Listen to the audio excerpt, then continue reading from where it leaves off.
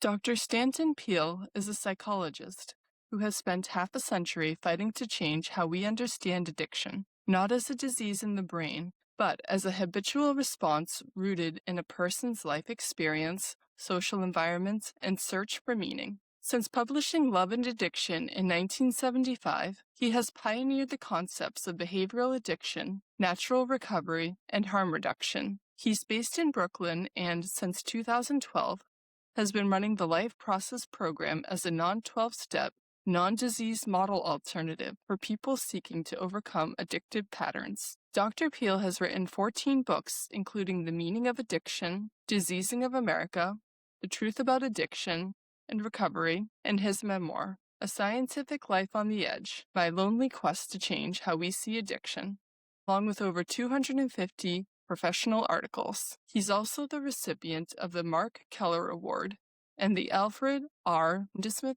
Lifetime Achievement Award. So, Dr. Peele, I want to start by acknowledging something specific about your work that has shaped how Vish and I think about what we're building.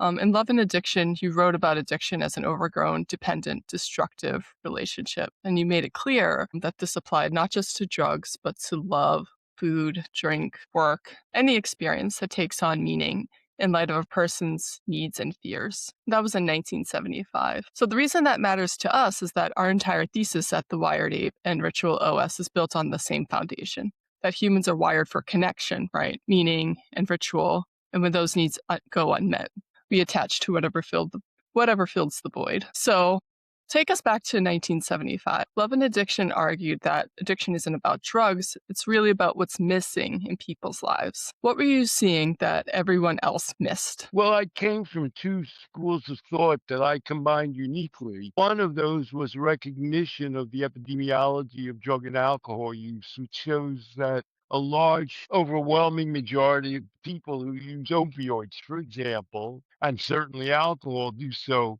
non destructively and certainly non addictively. And at that point in history, coming off of the 60s, we were re-immersed in the drug scare that says anybody who ever touches an opioid becomes instantly addicted, as embodied by heroin, which isn't true, which everybody knows isn't true, and the lack of truth of which is demonstrated by the fact that people take opioid painkillers all the time and overwhelmingly don't become addicted.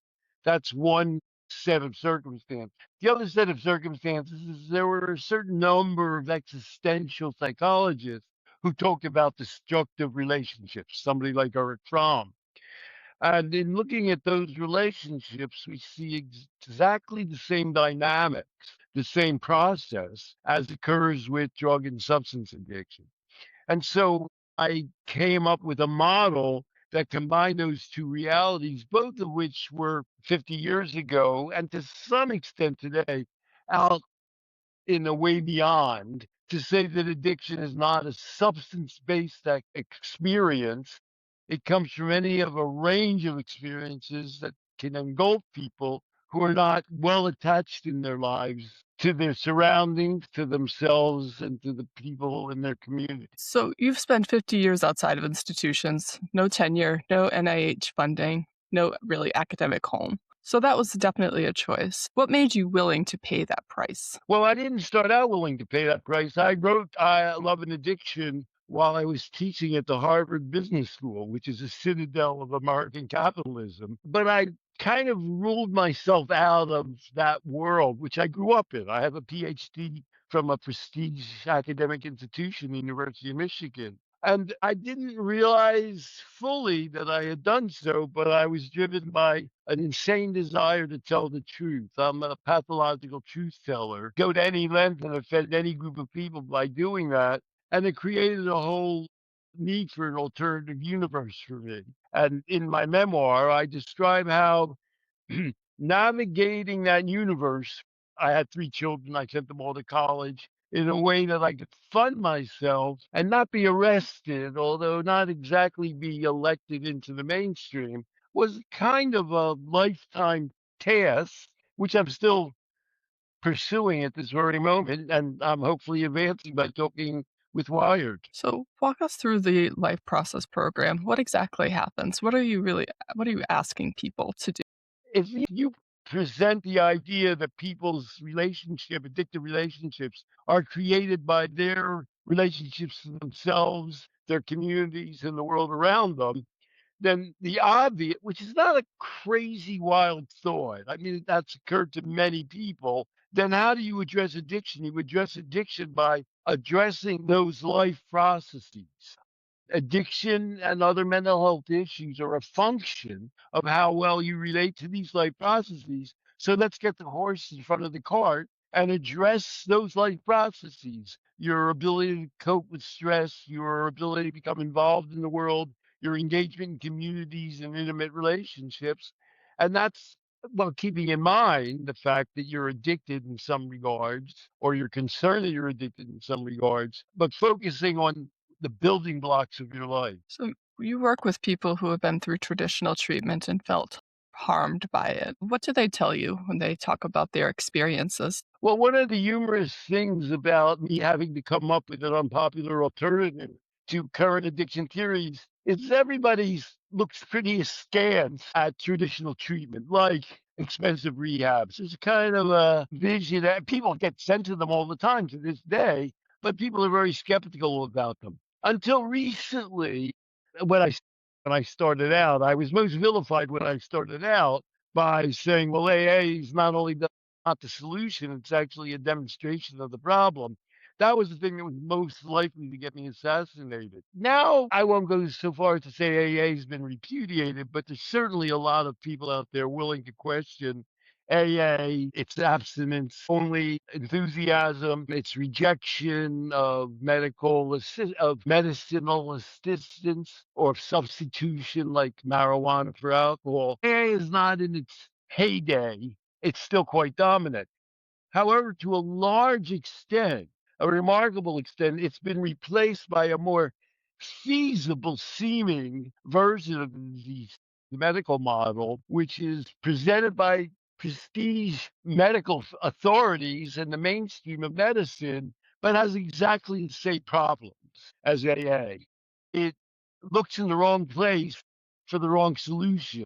It says, well, if we just attack the way that opioids inflict themselves on your body, that's how we deal with addiction. It's totally, for want of a better term, ass backwards. And it gives a modern casting to what we already know doesn't work. And one result has been the massive opioid scare, which scare in reality and drug death epidemic, which occurred right in the middle of the regime of the modern medical approach to addiction. When someone genuinely changes through LLP, not just stops using, but actually transforms their relationship with addictive patterns, what does that look like? What shifts in them? Well, I should start out. There's something called harm reduction now, which AA basically rejects, and which the medical model is transformed into its own. Let's give people drugs to get them better from addiction. But in general, people recognize uh, that they need to change their lives in order to overcome an addiction. And I use the harm reduction model. My one of my jokes is uh, we're life process program is still harm reduction. We don't even bother to say we're harm reduction. By which I mean, people come to us and we say, "What are you worried about?" And if they use the term addiction or disease, we say, "Let's hold off on that.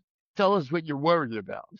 What's going wrong in your life. And let's try and understand what you're engaged in it for and how it's going wrong and what alternative ways of life there are." And so we simply refocus from the addiction, we're always conscious of it, or the addiction like experience, to the realm of their lives.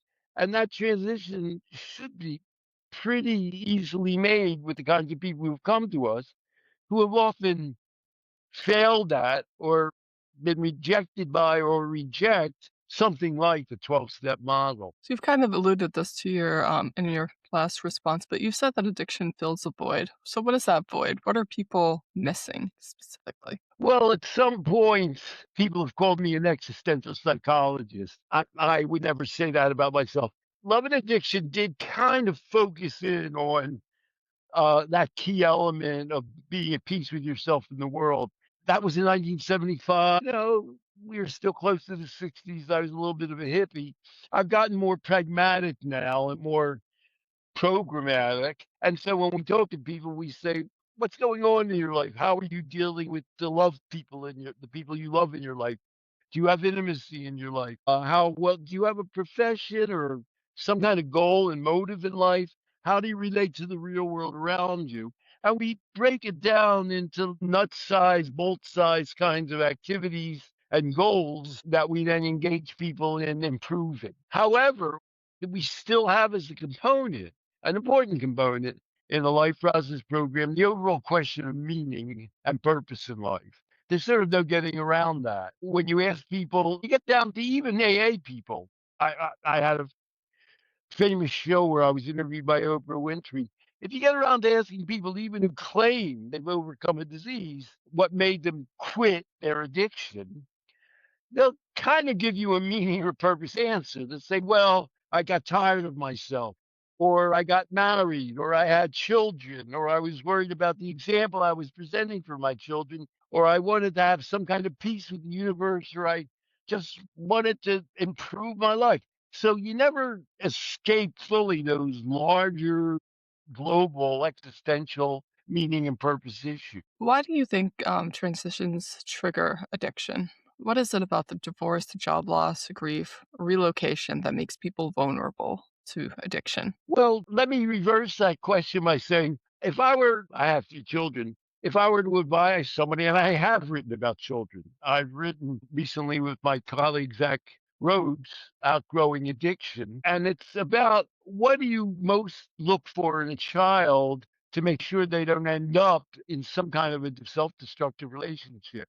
And the best answer is that they have some positive engagement in life, that there's something that they enjoy doing that is valuable. I mean, they're doing something that is socially constructive and that other people recognize. Life involves a lot more than that one central theme. However, that single central theme with any human being is the thing you most want to encourage. If somebody is able to say about themselves, which they're sometimes able to say at quite a young age, well, animals are my passion, or I really like to draw, or I really like to write. And that's something they've got some ability at, and we recognize some skill at. Going forward and encouraging and rewarding and improving that is the best guarantee they and you have that that person is going to be well grounded in life and avoid difficulties, addictive difficulties, or emotional difficulties in any area. You identified behavioral addictions before anyone else. That tells us that it's not about the substance. So, what is it about, really? Well, another one of my memes is we're the addiction therapy for people that don't like addiction therapy because we don't talk to them. We don't put down any substance, or certainly we don't make it grandiose and say, well, it's the solution for your life. But we say, we don't disapprove of any activity or habit or substance or way of existing as long as it fulfills basic criteria for being positive way of relating to life. For example, making a living, certainly not being criminal, for being satisfying to yourself and rewarding to yourself that you have some skill at and that other people recognize as a positive contribution, what we're pursuing. And as I said,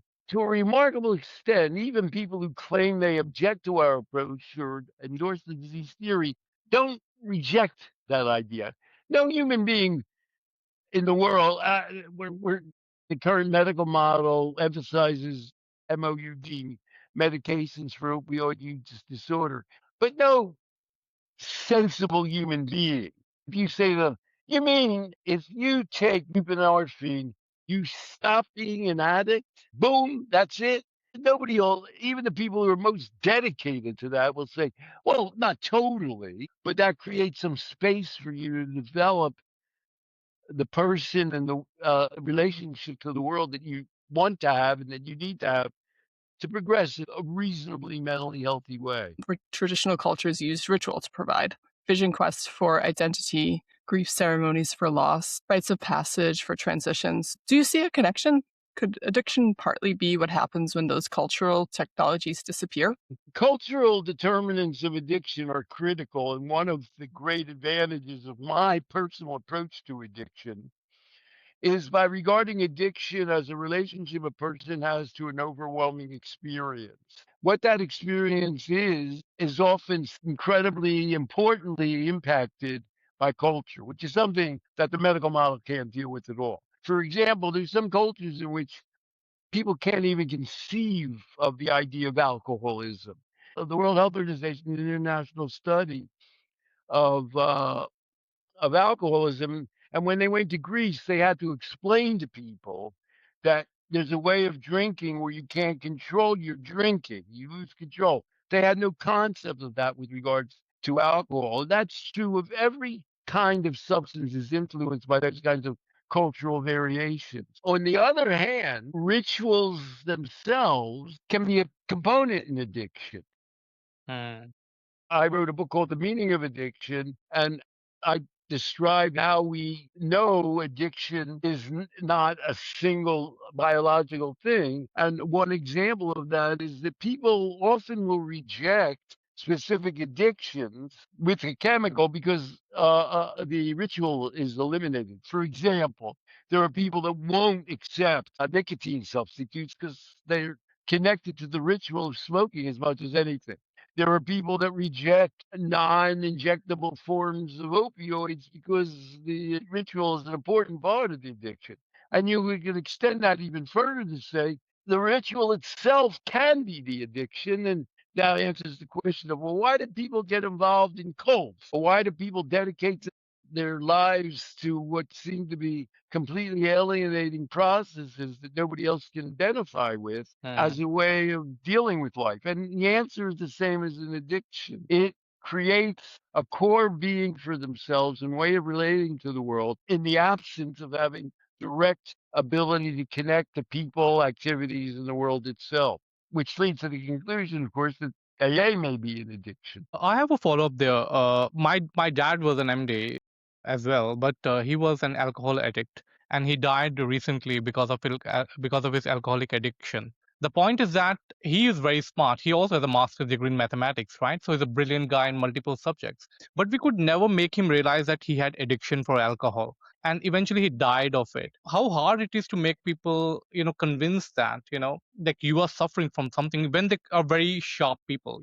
Well, you're getting into the medical model and AA, both are based on the idea of denial. It sounds like you're tending in that direction. Well, a person can't recognize that they're addicted. What you're doing is blaming the problem for the therapy or the individual who's experiencing the problem. If you're a helper, your job isn't to start arguing with people about how they live and how they see things. You want to become part of their world perspective, which you should be able to do because you're genuinely wanting to help them. That whole technology, by the way, has a label called motivational interviewing, where denial is a function of people arguing with people about how they see the world.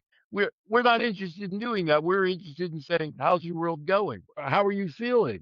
How is your health? How are your relationships? How Hmm. well is your life proceeding? How happy are you?" And if they're perfectly happy and content and all those things, God bless them. That's one way of living. We're only dealing with people, since we don't coerce them, by saying, let's look at your life in terms of what you most value, and let's see how best to fulfill that. They may be able to do that by continuing to drink, possibly even continuing to drink or inject drugs heavily. If they can, then there's no need for us. It's only in the case that they could look at their own lives, and it is their life, you realize, and say, well, there are some imperfections in this. I am aware that my health is not that good. My children and my spouse and my partner are concerned about me, then we just say, well, let's talk about what that's all about.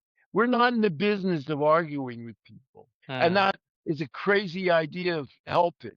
Let's help people by making them understand that they're psychotic, that they're deluded about themselves and how they view their behavior. That's what AA is about. We have to convince them that they're out of control of their lives, and then we can really help them. That makes no sense whatsoever. Yeah. So when someone is suffering from addiction, so that addiction is part of that person's life. It's like a daily ritual, right? You maybe come back from office and you start drinking at 7 p.m. or whatever, right? It becomes a daily ritual. So that addiction is ritualized in a way to in your life, right? It's like a religion. Like my mother prays every night at like 7 p.m. or something like that. So when you have to get rid of that addiction, do you have to use other rituals, like to substitute one ritual with the other type? No, that, AA and therapy can be a replacement of one ritual for the other. It may be an improvement. I mean, conceivably, in America, methadone could be an improvement over heroin. It could be an improvement over addiction. uh, in that you're not going to get arrested for it. It does usually have its downsides. So our view of addiction is that in general, addiction is defined as a dysfunctional, less than optimal way of dealing with life. We're not interested in replacing one addiction with another. We don't want people to become lifetime committed participants in the life process program. We want people to lead a life that is more globally satisfying and meaningful, beneficial to themselves and others, and satisfying to them. And we measure that by their own assessment of how well they're functioning and how well they're doing and contented they are with their lives. Yeah, I mean, a few minutes back, you talked about different cultures have different attitudes to addiction, right? To or substances that cause addiction. For example, in France, people drink a lot of wine, but maybe they're not addicts in that sense, like the typical sense that we think of.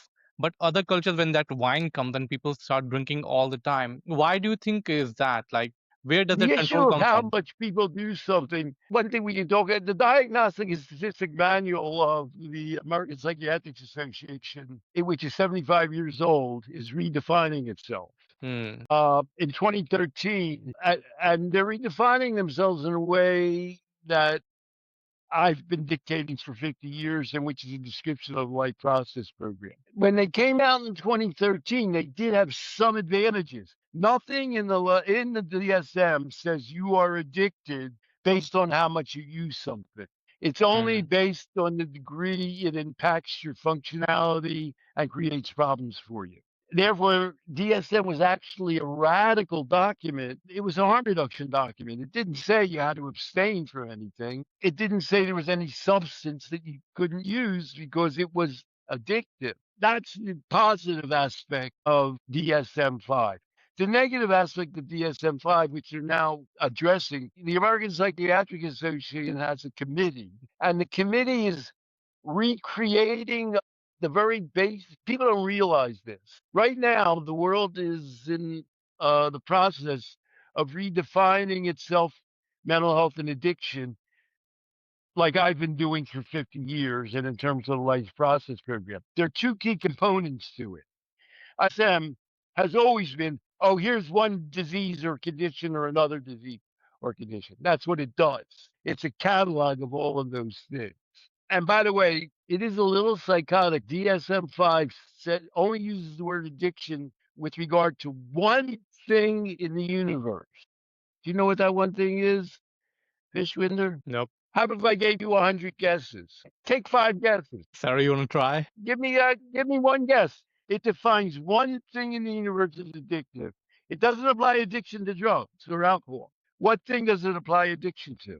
Sarah, can you Sugar? help out? Sugar? What? Sure, let me take a guess. I don't know. Food, maybe? No. What? And what did you say, Vinder? Sugar. Not even close. It's gambling. The section, it's called Substance Use Disorders and Behavioral Addiction. And in the Hmm. entire universe, it says, oh, there's one thing that's addictive, gambling. And they evaluate. Now, everybody on the earth, if you talk to everybody now uses the concept of addiction in regards to social media. Uh, Hmm. the concepts of sexual and love relationship addictions are everybody knows what you're talking about. If you say, well, he or she was addicted to love or sex. And in fact, there are horrible examples of it. People don't commit suicide for the most part when they quit drinking or quit heroin. People commit suicide when they lose a relationship that they Yeah. feel is essential to their being. So these concepts are everywhere evident. And now the DSM committee is trying to do two things. Apropos of your discussion of culture and ritual, it's saying what I've always said: addiction is multifactorial. You can't say, you have a gene. You have a sensitivity to cigarettes.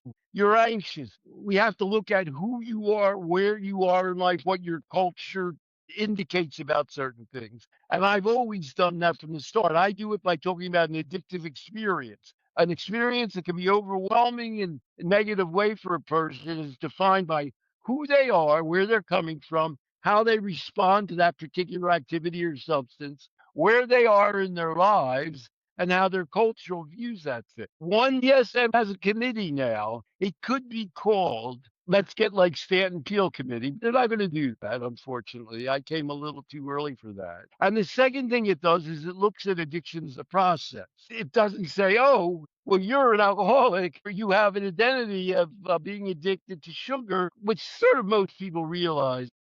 In this winter, do you know that there are people that say, "Oh, I was born a sugar addict." People don't do that as much as saying, "Oh, I'm an alcoholic. I was born like that." And in fact, people change their overall outlook and relationship to the world, including their relationship to key substances like alcohol, drugs, sugar, food. Sarah, do you know anybody who's lost weight in their lives? Actually, I have, yes. And you're in, so you want to tell me uh, that people can be addicted to food. I can do one of my, among my rhetorical devices is I'll go to a group of people in the old, a room full of recovering whatever, alcoholics and drug addicts. Mm. And let's say there's 500 people in the room. And then I'll say, what's the hardest addiction to quit? What will they say? Sorry to quiz you guys, trying to bring you up to snuff. They always say the same thing. And most of them are experts on comparisons. What do they say? Is it food? No. Everybody says the same thing. You guys are going to have to get out in the world more. You're not going to, I'm not going to get, you guys aren't going to get down on me for correcting you. Everybody knows and shouts out the same thing: smoking. Mhm. Mm. So then what do I do next? I say, well, you're a group of recovering people. Has anybody quit smoking here? And of course, a mass of them have quit smoking, And then I say, oh, by the way, how did you deal with that? Did you go join an AA group, or did you use there are drugs for quitting smoking? And did you do that? And in a room of 500 people, let's say 350 have quit smoking. And when I ask them, did you join a group or use a drug to quit smoking? Maybe five will raise their hand. I'll say, wow, we're in a recovery group who believes that you can only quit a lifetime addiction by joining AA or a group. You've all just told me smoking was the hardest addiction. You quit it, and you didn't join a group or use a chemical to overcome it. Will you explain that to me? Then they start arguing with me. They start saying, well, smoking, it's not like an addiction, like heroin or alcohol. I said, I'm only going by what you just told me.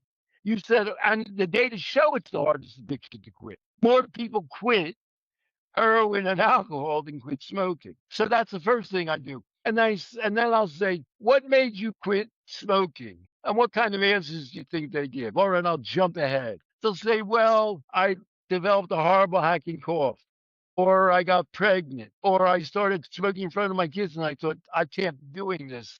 That's not going to work. Or we talked about existential issues earlier. They'll say, I've just been thinking, I've been under the control of this substance for 20 years. It's crazy. And so, well, I quit. And then I'll say, that's a funny disease treatment process, isn't it? It's ridiculously commonsensical. Can I give you the one example I use that the most people love? Do you mind? I'm giving away all my best material, but I love you guys so much, I'll do it. Please.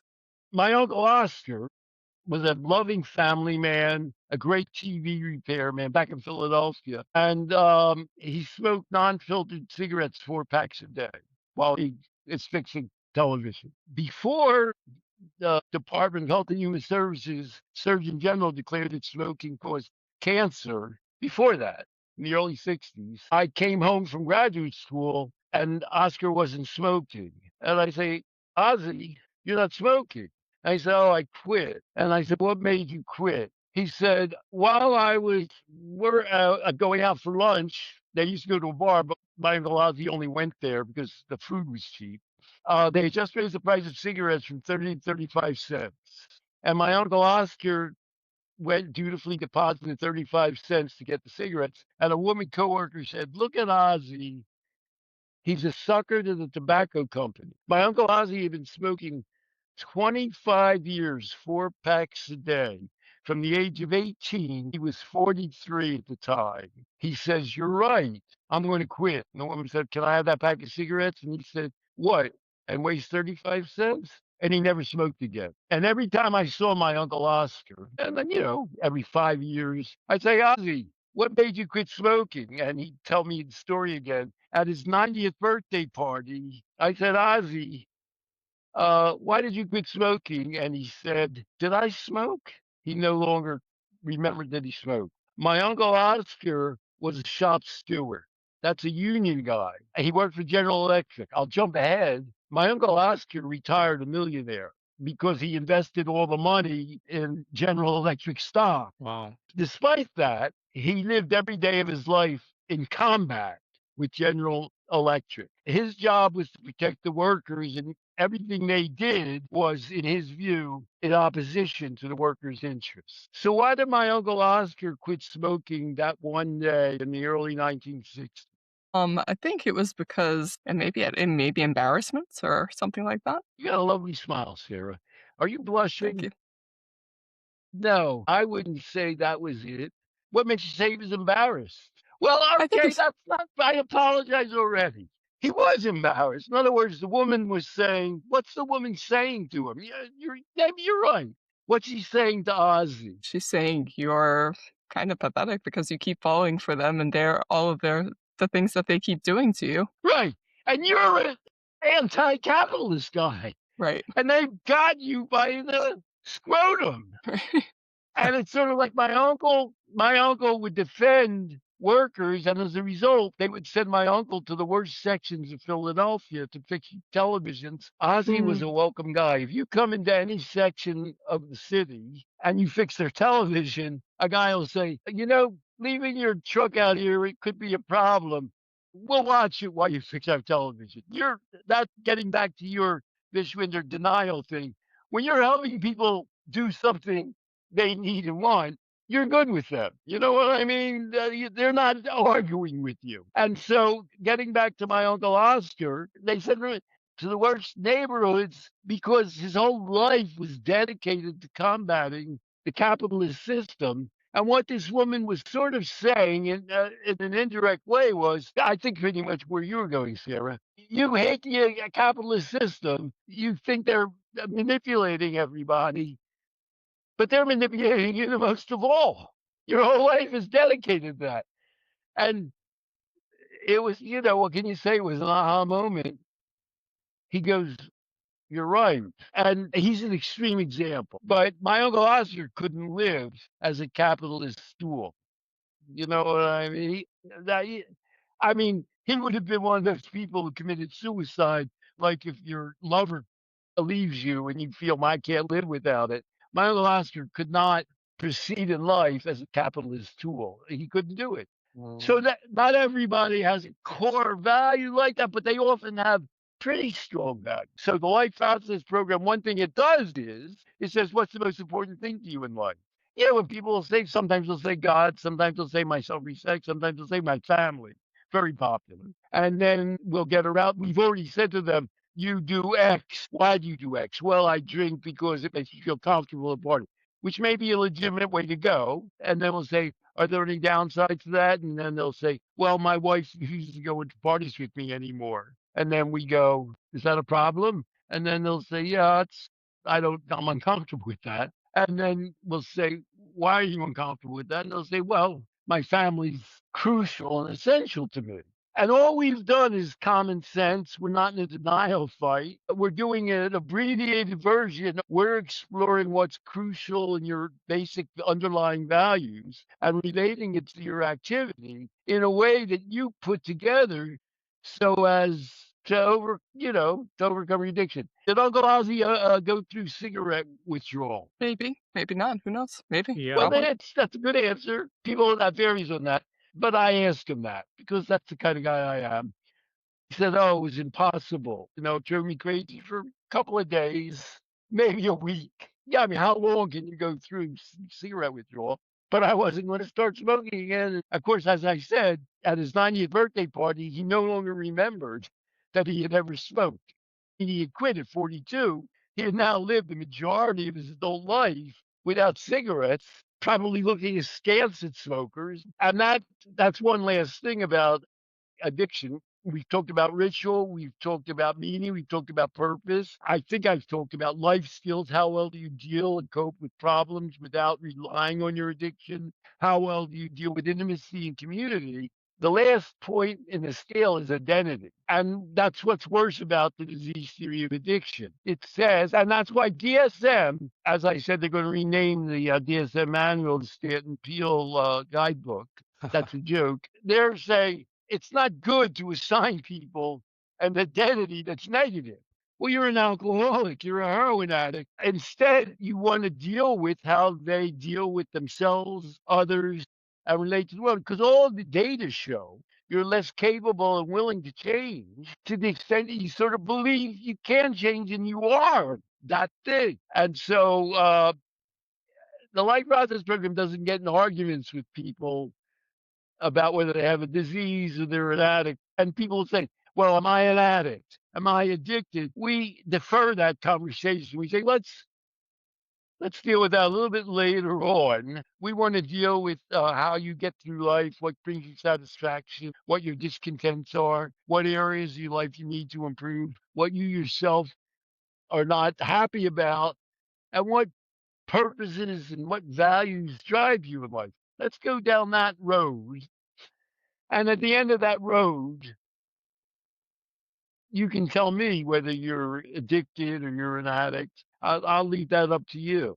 People that go through the life process program, and people who come to the life process program will say things like, I didn't like going into a group and people telling me, well, you have to say you're an alcoholic. You can't do this group. On the one hand, there, there's a tremendous drop off rate with what's MOUD. And the biggest reason people quit MOUD is they say, well, I thinking of myself as an addicted person who can only function with the medication. Now, this winter was talking about, well, what you have to do is hit them over the head and explain to them, well, that's who you are. Wake up. You're an addict. We instead use that you don't want to consider yourself a lifetime addict or a lifetime whatever, bipolar. Okay, that's an impulse you have. We know people. Well, let me tell you about my Uncle Ozzy. He forgot he was a 40-year cigarette addict. You know what I mean? A quarter century cigarette addict.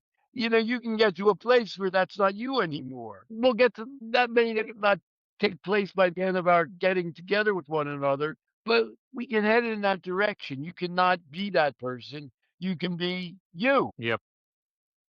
Dr. Peel, I have a question. Is there any conflict between psychology and psychiatry in treating addiction? Because psychiatry is I think, more focuses on drugs and medicines, and psychology is more about controlling your brain, understanding where you are standing. Well, I am a psychologist. I be a psychologist. I like psychology. To some extent, it's hard for me to judge the answer to that. Psychology has turned itself over to psychiatry. In my memoir, I took in 1975 when I wrote Love and Addiction, a person was given a Lifetime Achievement Award for psychological contributions to addiction. I'm sorry, psychological contributions. His work dealt with vulnerable children.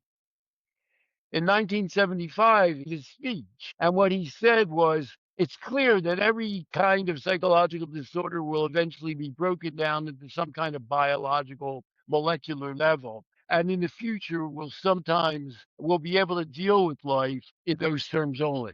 So that raises three questions. Am I allowed to curse in this podcast or is that forbidden? Do I have I permission? think I think you Yeah, can. yeah. Sure. Yeah, yeah, yeah. I'd Of say, course. the fuck makes you call yourself a psychologist? You don't believe in psychology. That's one. The second question I was asked, do you think he had done a lot of brain research himself? So he was making this assertion based on science? The guy, this is before the MRIs. He had no idea of medical research. And then the third question is, well, that was 75 years ago that he said we're entering an era. Wait a second, 1975, and we're now in what? How many years ago Over was that? 51 years. How well are we doing in breaking all the mental problems you said?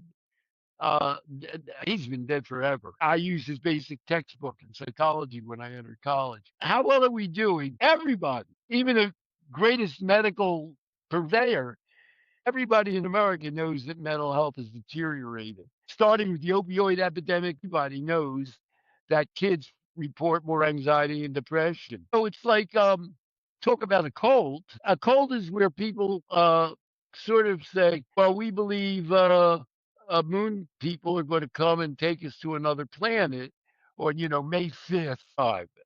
And there's a book called When Prophecy Fails. What do people do when the moon guys fail to show up? They do something in psychology called cognitive dissonance. They redouble their efforts to support their beliefs. They say, oh, we got the century wrong, or we weren't in the right place. And they become recommitted to that. What the process of psychiatry is doing, has been doing since that individual was given that award. After they give me the Nobel Prize, I believe they're going to go to the American Psychological Association meeting in Washington, D.C., and pull down that plaque and put up a plaque with my name on it. That's not also going to happen. So, in many instances, but not all, psychologists have sacrificed themselves at the totem of medical psychiatry. On the other hand, there's a lot of psychologists out there who are actual psychologists. They know more or less what I know.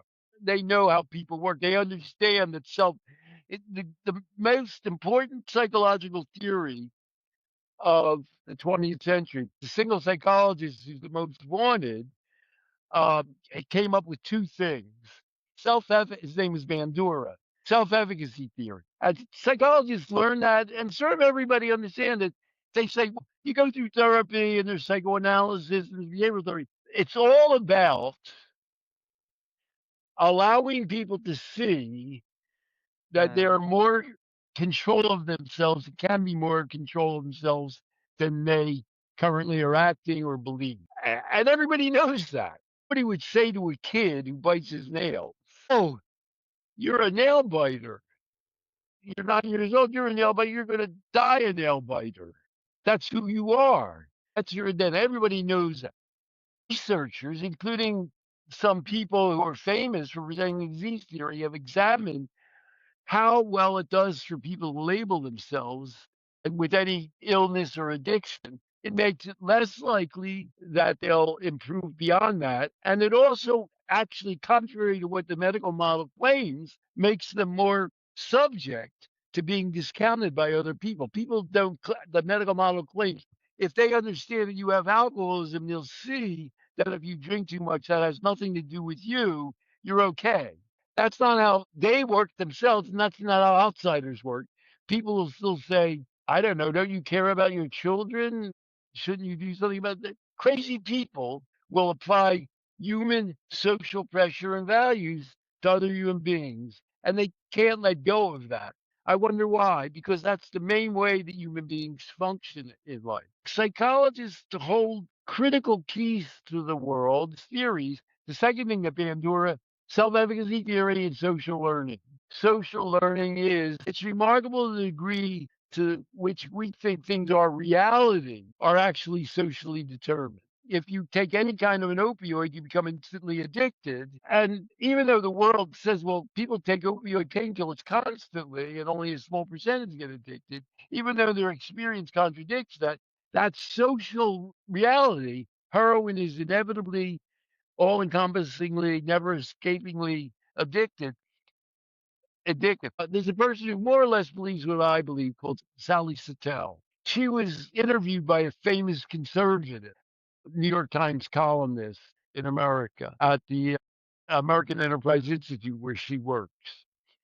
And Sally believes what I believe, but she's a nicer, well behaved person than I am. And so this expert, who's a brilliant man, said to her, well, people don't get over addiction. And Sally said, well, that's not true. A majority of people get over addiction. And then they dropped it. Why I never get invited to places like that is I would say, what makes you say that? You're a pretty well informed person. In fact, you don't know a ton of people who've quit smoking. He himself had quit smoking. He Yeah. himself, I know about him, had been, a heavy marijuana user when he was younger. Obviously, he's a big journalist now. He's not smoking marijuana. He's not a pothead now. Yeah. So and then just to show you what a pain in the ass I am, I wouldn't stop there. I would say I would do my smoking thing.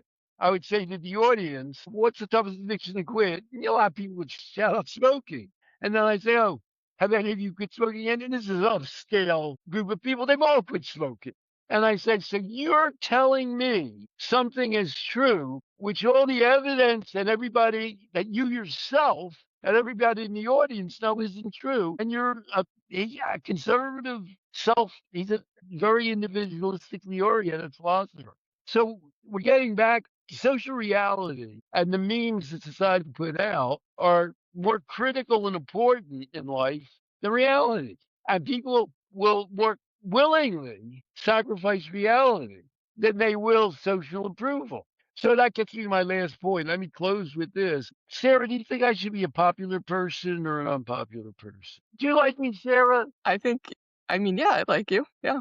I'm not as popular as I should be, Not what are you You're going to saying say? controversial things. You're saying things that people don't want to hear, and that's not always appreciated. And I'm telling them often that they're fundamental precepts, what they're doing. And there's a large group of people who come out of half of my background. Half of my background is I'm a psychologist, and half of my background is an iconoclast around drugs and addiction. So I'm among a group of people who say there's a bunch of myths about drugs, that all drugs are bad, that if you take drugs, you destroy your life, and that nobody can get over drugs, that everybody who ever tries an opioid, because they know that, like I know that, and yet they've now slotted into something that sounds an awful lot like what it is I rejected and that I thought that they rejected, which is a chemical fallacy determination of how people live their lives. And they sort of sound like the head of the National Institute on Drug Abuse and Dr. Nora Volkow. Dr. Nora Volkow has been the director of the NIDA, National Institute on Drug Abuse, since 2007.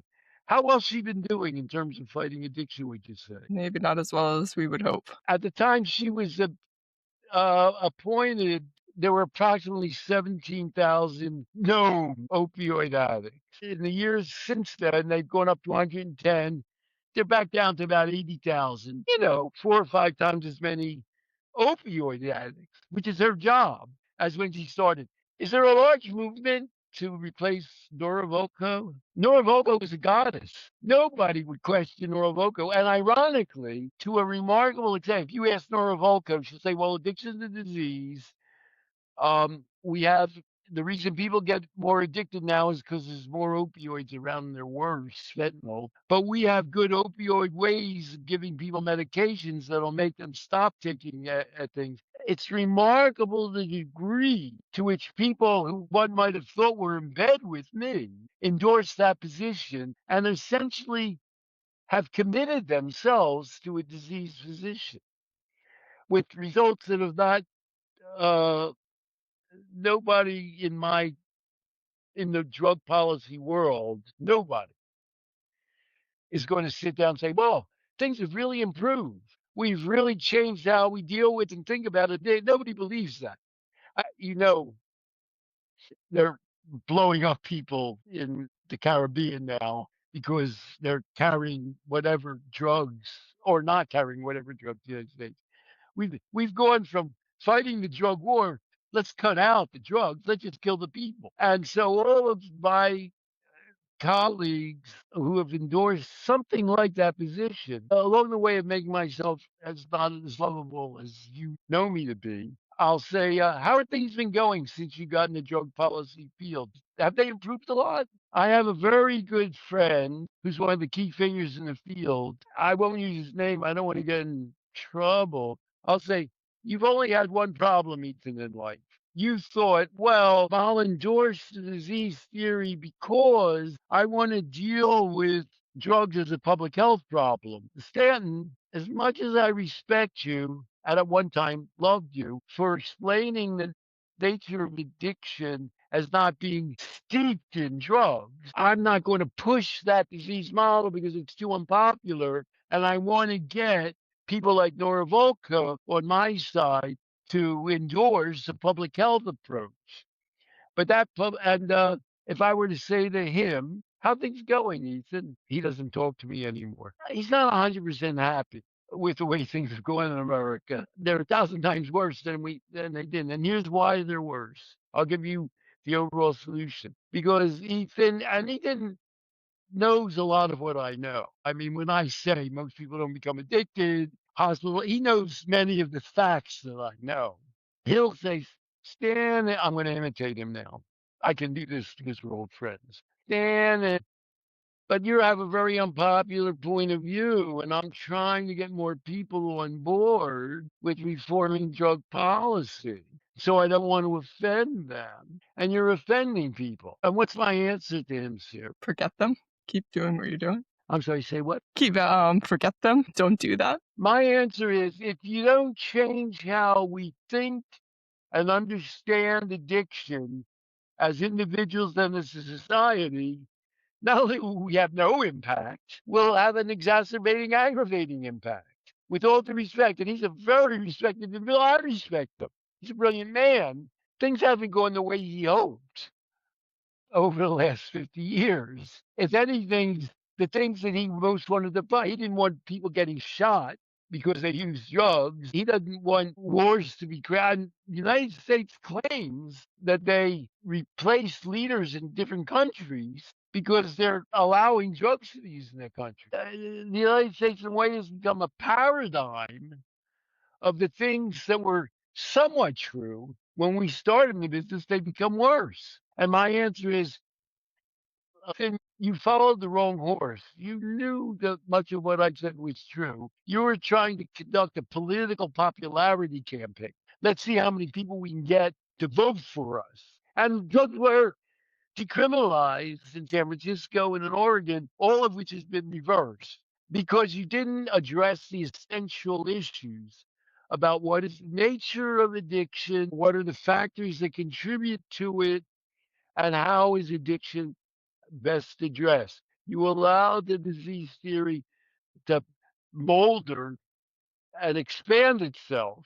That's come and bit you in the tail existentially. And where we are now, you did the wrong thing. So he doesn't talk to me anymore, and he was one of my best friends in the field. So I hope you guys and your people in your audience like me, as well as voting for me to win the Nobel Prize, because I'm at odds. Like my memoir is called A Scientific Life on the Edge, My Lonely Quest to Change How We See Addiction.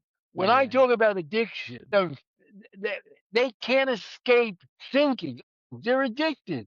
It's an opioid. It attaches molecules to the nervous system. I don't think that way at all. I think in combination with you, these are people that are not connecting and relating to themselves and the world in the most beneficial way for themselves that they themselves will be happiest with and give the most meaning to life. Um, and they're taking the easy way out. We'll give people a drug and cure addiction. Whammo. What can be better than that? It's a self-defeating, existentially annihilating delusion. That's what addiction is, and that's how we can cure it. Well, guys, this has been the most fun I've had in a long time, and hopefully a lot of Nobel Committee members will see this video. And the next time you see me, you'll be trying to borrow money from the $1,000,000 the Nobel Committee gave. So if people want to connect with you, where would they go? Could you give us your The website information? lifeprocessprogram.com There you go. is on the internet. You can sign up for that. we now have, we do institutional work, by which I mean the community among the things that the drug policy people know but are somewhat ignoring, and that DSM is realizing is some people are likely to become more addicted than other people, and those are marginalized populations. You get more negative drug outcomes among homeless people, among marginalized racial ethnic groups, among prison populations. And so we are working with groups like that on a communal basis, and you can find that at our website as well. I have great partners in dealing with that, and so they can see that. Then the other thing is over my shoulder here, you can see my memoir, Yeah. A Scientific Life on the Edge, My Lonely Quest to Change How We See Addiction, which describes many of the points that my Uncle Ozzy's in there. So you won't be disappointed. Go out and buy that book, and as I say, connect to your local Nobel uh, Prize committee member, take them out for a drink, and mention my name. Dr. Peele, I just want to thank you. I think it's really important that I get this right. What I've heard is that addiction is not a brain disease or it's a moral failing, right? It's just human response to life circumstances that fail to meet our fundamental needs for meaning, connection, autonomy, and incompetence, right? Well put. Very So well put. thank you. So I just really wanted to thank you for all of the work that you've done. You've spent 50 years fighting to protect that understanding from being co-opted by these industries and institutions that profit from disempowerment. They should build a statue to me in Washington, D.C., but after the Nobel Prize. Thank you for saying that. That's my life's identity, and I believe it to be true. Au revoir. Thank you. Thank you. Thank you. Bye-bye. Bye.